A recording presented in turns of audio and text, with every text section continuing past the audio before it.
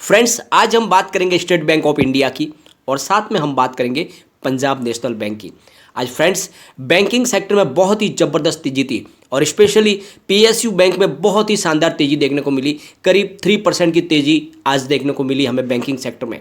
और इसके पीछे वजह है सुप्रीम कोर्ट का वर्डिक्ट। सुप्रीम कोर्ट ने जो फैसला दिया है लोन मॉरेटोरियम के ऊपर, उसकी वजह से माहौल बन गया है तेजी का। तो वो पूरा क्या है फैसला, एक बार हम उसको जानेंगे। साथ में ये जो तेजी बनी हुई है इन बैंकों के अंदर, क्या लंबी चल सकती है, आने वाले समय में इनके मिड टर्म और शॉर्ट टर्म टारगेट क्या बन सकते हैं, और क्या इस लेवल पे अब खरीदारी कर लेनी चाहिए, और दोनों स्टॉक के अंदर कौन सा मजबूत लग रहा है और किस में ज़्यादा निवेश करना चाहिए। और फ्रेंड्स, दूसरी बात, क्या बैंकिंग सेक्टर अब आगे दौड़ने के लिए तैयार है या फिर अभी भी इसमें गिरावट का दौर जारी रहेगा, क्योंकि पिछले एक महीने में इन्होंने निगेटिव रिटर्न दिया है। तो क्या ये निगेटिव रिटर्न और भी आगे आएगा या फिर अब तेजी का दौर शुरू हो जाएगा, तो जानेंगे सारी की सारी डिटेल जानकारी हम इस वीडियो के माध्यम से। लेकिन फ्रेंड, उससे पहले अगर आप पहली बार हमारे चैनल पर आए तो चैनल को सब्सक्राइब कर दीजिए, एक बेल आइकॉन दबा दीजिए। चलो फ्रेंड्स, वीडियो स्टार्ट करते हैं। मैं हूं आपका दोस्त एसबी दवे और हमारे अपने चैनल ऑनलाइन कमाई में आपका बहुत बहुत स्वागत है। फ्रेंड्स, सबसे पहले हम एसबीआई के कारोबार को डिस्कस कर लेते हैं। आज एसबीआई का स्टॉक 368.70 पर ओपन हुआ, हाई बनाई 377.95 की और ये लो में चला गया 367.05 के, और एंड में जो क्लोजिंग दी वो है 372.30 पर, करीब 1.44% अप पर क्लोजिंग दी। और फ्रेंड्स, बहुत ही शानदार कामकाज हुआ है और यहाँ से तेजी की संभावना बन रही है। अगर हम इसके एक बार वॉल्यूम को एनालिस करें फ्रेंड, तो पिछले एक महीने पहले इसका 4 करोड़ के आसपास वॉल्यूम था।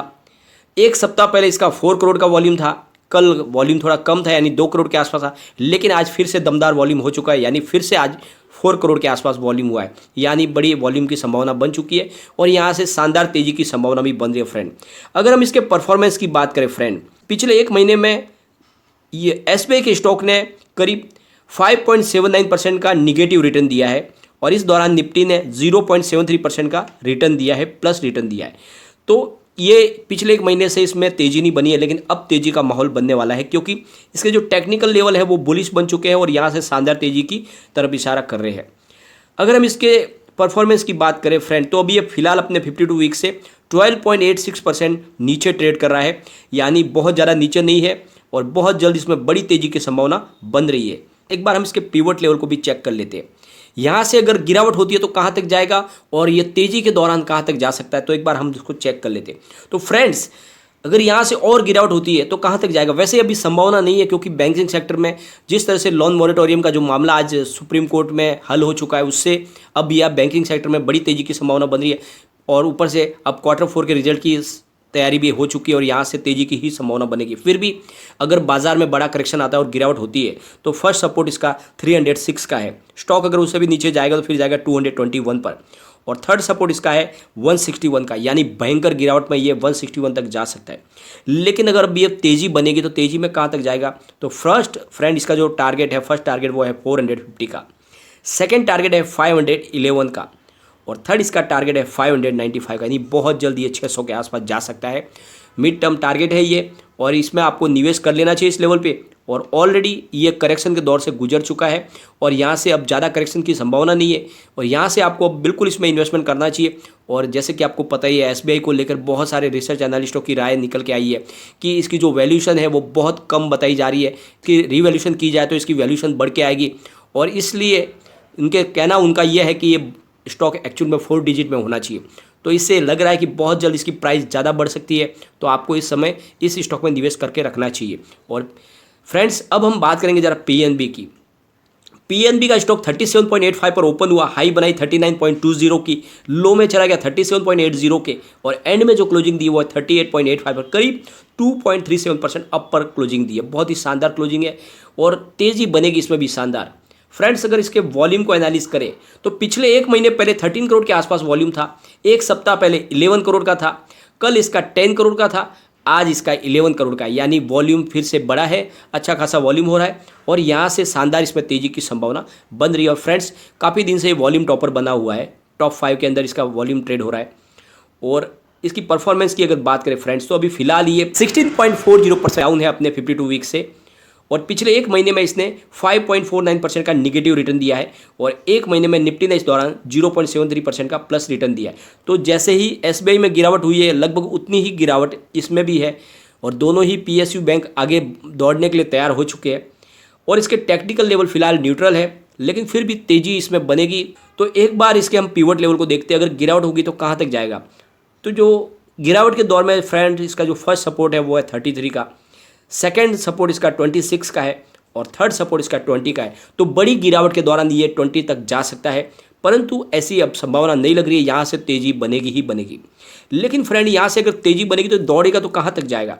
तो फर्स्ट टारगेट इसका फ्रेंड है वो 47 का, सेकेंड टारगेट 53 का है और थर्ड टारगेट 60 का है। तो बहुत जल्द यानी ये मिड टर्म में आपको 60 तक जाते हुए दिखाई देगा, यानी Q4 के रिजल्ट के बाद में ये 60 तक आपको जाते हुए दिखाई दे सकता है। और इस समय दोनों ही स्टॉक में आपको निवेश कर लेना चाहिए, बहुत ही शानदार है। और इसके पीछे वजह है फ्रेंड्स, पीएसयू बैंक के अंदर लोगों का रुझान बढ़ गया है और ये दोनों स्टॉक इस लेवल पे बहुत ही अट्रैक्टिव लग रहे हैं। और फ्रेंड जिस तरह से सुप्रीम कोर्ट की तरफ से अब जो फैसला आया लोन मॉरेटोरियम के ऊपर, उसके बाद में और शानदार तेजी बन रही है इनमें। लोन मॉरेटोरियम मामले में सुप्रीम कोर्ट ने बैंकों को ज़्यादा और ग्राहकों को थोड़ी सी राहत दी है। कोर्ट ने साफ कहा है कि मॉरेटोरियम की अवधि अब 31 अगस्त से ज़्यादा नहीं बढ़ाई जा सकती, ना ही मॉरेटोरियम अवधि के दौरान ब्याज पर ब्याज दिया जाएगा। कोर्ट ने कहा है कि अगर किसी बैंक ने ब्याज के ऊपर ब्याज वसूल किया तो उसको वापस लौटाना होगा। कोर्ट ने कहा है कि सरकार को आर्थिक फैसले लेने का अधिकार है, क्योंकि महामारी के चलते सरकार को भी भारी नुकसान हुआ है।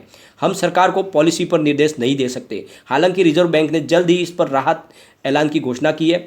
Justice Ashok Bhushan, justice Subhash R Reddy और जस्टिस AR शाह की बेंच ने यह फैसला दिया है। जैसे कि आपको पता ही है, कोविड-19 की वजह से सरकार ने मॉरेटोरियम लगाया था, क्योंकि लोगों को बहुत ज़्यादा दिक्कत आ रही थी लोन चुकाने में, क्योंकि सारे कामकाज बंद हो गए थे लॉकडाउन की वजह से। और उस समय सरकार ने आम इंसान को राहत देने के लिए लोन मॉरेटोरियम लगाया था और एक तरह से EMI को रोक दिया था कि आप बाद में EMI भर सकते हैं।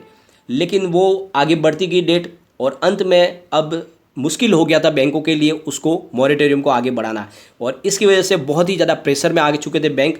और उनको ये डर लगने लगा था कि अगर ये जो मामला है मॉरेटोरियम का आगे और बढ़ गया तो फिर ज़्यादा उनको तकलीफ हो सकती है।